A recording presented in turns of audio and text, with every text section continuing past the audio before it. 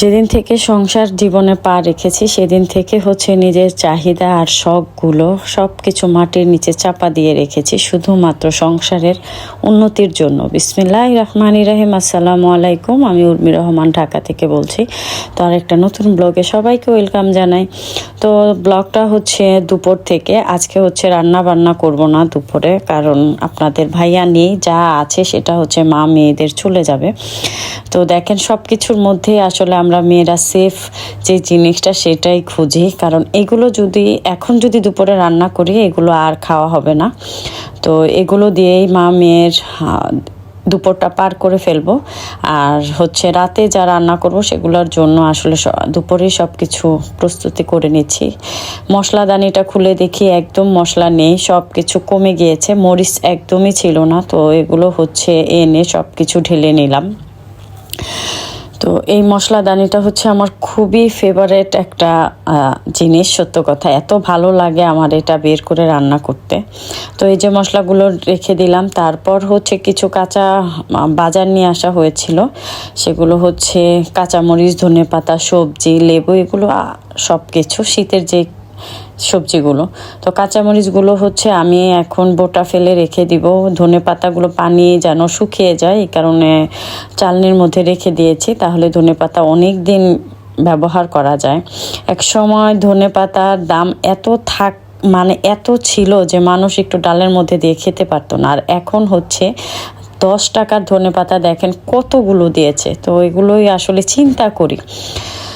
তো এই যে সব কিছু গুছিয়ে গাছিয়ে চলে আসছি। এখন হচ্ছে এসে দেখি হুজরাত তার এই পাখিটাকে সে অনেক আদর করে, তার নিজের বেবির মতো পালে। তো তাকে কাঁথা দিয়ে ঘুম পাড়িয়ে রেখেছে। আমাকে বলতেছে চিৎকার করো না, এখানে বাবু ঘুমাচ্ছে। তো আমাকে বলে একটু আদর করে দাও। তো এইভাবেই হচ্ছে আমাদের সকাল দুপুর রাত কেটে যায়। তো আজকে যেহেতু দুপুরে রান্না করব না, তো একটা জিনিস আপনাদের সাথে শেয়ার করি। এখানে হচ্ছে অনেক কিছু আছে, মেথি, কালো জিরা, রসুন, এগুলো হচ্ছে আমাদের গাছের অ্যালোভেরা, তারপর হচ্ছে লং, তারপর হচ্ছে দারুচিনি। তো এগুলো দিয়ে হচ্ছে হোমমেড তেল তৈরি করব, নারিকেল তেল, যেটা আমরা ব্যবহার করি। আমি আমার 2 মেয়ে আমরা এটাই ব্যবহার করি। তো অনলাইন থেকে এই তেলগুলো কিনতে গেলে 2000 টাকার নিচে পাওয়া যায় না। এর মধ্যে হচ্ছে ছোট্ট একটা বোতল থাকে, যেটা আমার চুল যে এত ছোট করে ফেলেছি কেটে, তারপরও আমার চুলে আসলে মাস যাবে না। তো 2000 টাকা তো কম না, আমাদের জন্য মধ্যবিত্ত পরিবারের জন্য অনেক ব্যয়বহুল। তো এগুলো কি করব, আজকে নিজেরাই তৈরি করে ফেলবো। দেখেন চাহিদা শখ পূরণ করার মতো মেয়ে আসলে আমরা না, আমার ফ্যামিলিতে না, আমরা খুব সেভ করে চলার চেষ্টা করি। যেখানে হচ্ছে হাজব্যান্ডের যে একটু কষ্ট হবে সেই কষ্টটা আসলে আমরা মেনে নিতে পারি না। তো অনেকেই আছে আমাদের মতো যে সংসারের জন্য নিজের জীবনটাকে একদম শেষ করে দিয়েছে, কিন্তু এর ফলটা কিন্তু লাস্ট পর্যায়ে অনেকের ভালো হয়, অনেকের ভালো হয় না। কারণ হচ্ছে কি, অনেকের এখন যে সময়টা আমাদের যাচ্ছে, এখন আমি যেই ড্রেসটা পরতে পারবো সেটা কিন্তু আর 5 বছর 10 বছর পরে পরতে পারবো না। এই যে একটা মিস্টেক আমরা অনেকরাই করে থাকি, পরে কিন্তু টাকা ঠিকই হবে, সব কিছুই হবে, শুধু আসলে আমাদের ওই সময়টা থাকবে না, যেই সময়ে যে জিনিসটা থাকে সেটা আমরা করতে পারবো না। তো এটাও কিন্তু একবার চিন্তা করি যে এত ত্যাগ স্বীকার করে লাস্ট পর্যায়ে কিন্তু একদম জিরো হয়ে যাবে, যেটা সত্য কথা। তারপরেও চেষ্টা করি অল্পের মধ্যে কিছু না কিছু করে নিজের শখগুলো পূরণ করার জন্য। তো এই যে তেল বানানোর জন্য জুই তেল ব্যবহার করেছি, আর হচ্ছে সরিষার তেল ব্যবহার করেছি। এই তেলটা আমরা ঘরে বানালে আমার আর কণ্ঠর হচ্ছে 1 মাস চলে যায়, সুন্দর মতো চলে যায়। তো আপনারাও চাইলে কিন্তু এইভাবে তেল তৈরি করতে পারেন, ঘরের মধ্যে হোমমেড যে অথেন্টিক যে তেলগুলো থাকে সেগুলো তৈরি করা যায়। তো এগুলো আসলে ইউটিউব থেকেই শেখা, কেউ কিন্তু একদম যে না নিজের একান্ত ব্যক্তিগত রেসিপি নিজে বানিয়েছে, এটা একদম ভুল কথা। তো একজনেরটা দেখে 10 জন শিখতেছে, এটাই হচ্ছে কথা। তো এই তেলটা ব্যবহার খুবই ভালো, এই তেলটা খুবই উপকারে আসে। আপনারা চাইলে যাদের চুল পড়ছে, যাদের চুল আসলে খুশকি হয়ে যাচ্ছে, তারা চাইলে ব্যবহার করতে পারেন। তো এগুলো দিয়ে হচ্ছে এখন তেলটাকে একদম বয়েল করা হবে খুব সুন্দরভাবে। দেন হচ্ছে তেলটাকে ঠান্ডা করে 2-3 দিন হচ্ছে রোদে দিতে হবে, তারপর হচ্ছে তেলটাকে মাথায় ব্যবহার করতে হবে। তা এখানে আবার একটা কথা আছে, এই যে যে উপকরণগুলো দেয়া হয়েছে সেগুলো কিন্তু ফেলে দিতে হবে, কারণ কাঁচা অ্যালোভেরা আছে এখানে, এগুলো রাখলে আবার চুলের ক্ষতি হবে।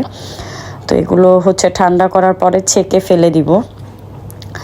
তো অনেক দায়িত্ব আসলে মেয়েদের কাঁধের উপরে থাকে। হাজব্যান্ডরা শুধু টাকা ইনকাম করেই দেয়, কিন্তু দায়িত্বটা মেয়েরা যেভাবে পালন করে, একটা গৃহিণী পালন করে, সেটা কিন্তু অন্য কেউ পালন করতে পারে না। যেমন আজকে আমার উপরে যে কতটা দায়িত্ব সেটা আপনাদের সাথে আজকে শেয়ার করব। খুবই আসলে পেরেশানির মধ্যে আছে সব কিছু মিলিয়ে।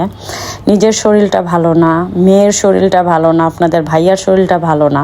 দেখেন সব কিছু সবার মতো চলতেছে, কিন্তু আমি কিন্তু বসে থাকতে পারি না। আমার কাজ যা করার সেটা আমাকে করতেই হচ্ছে, এবং স্বল্প আয়ের মধ্যে সেটাকে কিন্তু ম্যানেজ করে নিতে হচ্ছে।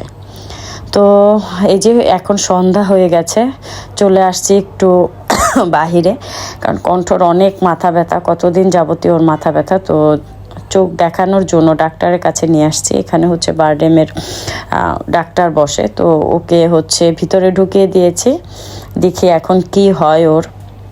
দেখেন কতটা পেরেশানির মধ্যে থাকি, তারপরেও কিন্তু মুখ দেখলে কেউ বুঝতে পারবে না যে এতটা চিন্তার মধ্যে আমরা থাকি।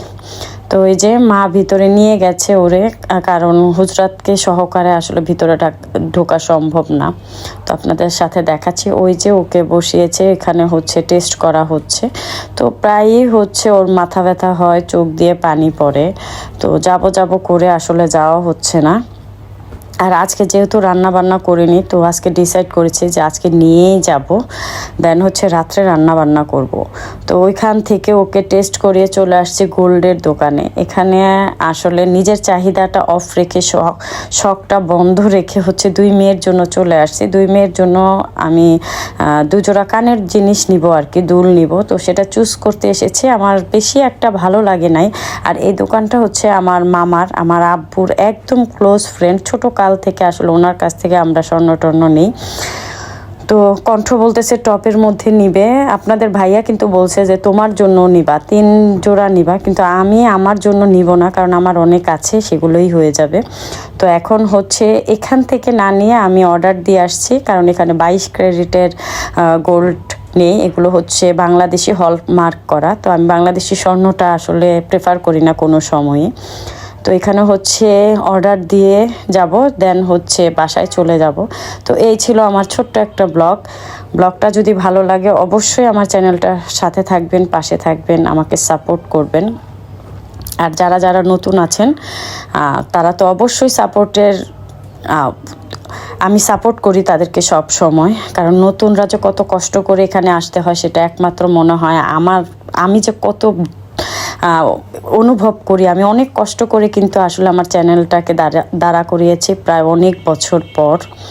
তো এখানে হচ্ছে অর্ডার দিয়ে গেলাম, যেদিন নিয়ে যাব সেদিন অবশ্যই আপনাদের সাথে শেয়ার করব। আর হুজরাতের মনটা খারাপ, তাকে সাইকেল কিনে দিতে বলতেছে। তো আল্লাহ হাফেজ, ভালো থাকবেন।